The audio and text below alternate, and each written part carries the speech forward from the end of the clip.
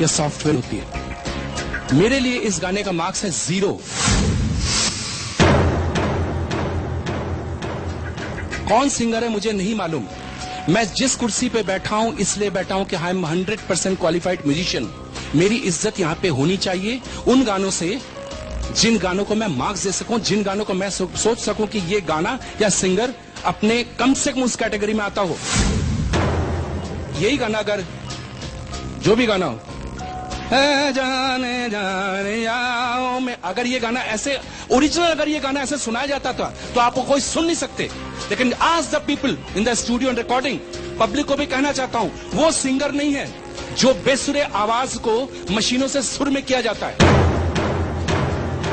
ये हमारे समय में नहीं होता था, आज होने लगा है।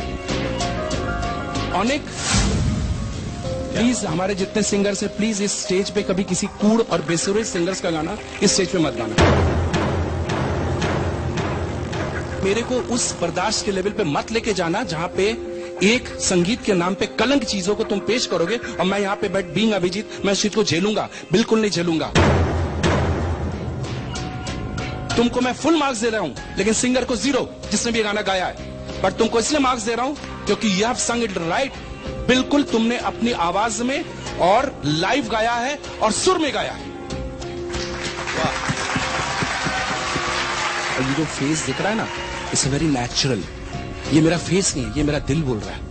लोग अगर मुझे देखते हैं कि बोलता है ये तो खड़ूस है, बहुत गुस्से वाला, हमेशा चेहरे पे गुस्सा भरा रहता है। This is my love to my singers like you, talented singers. तुम जैसे सिंगर्स के लिए मेरा लव है कि तुम लोग गाते हो, लेकिन तुम लोग की किस्मत इतनी फूटी हुई है कि तुम लोगों से कोई नहीं गवाता, लेकिन बेसुरों को बुला बुला के गवाते हैं लोग यहाँ पे। सबसे बड़ा पेन है मुझे यहाँ पे। नहीं दादा, लेकिन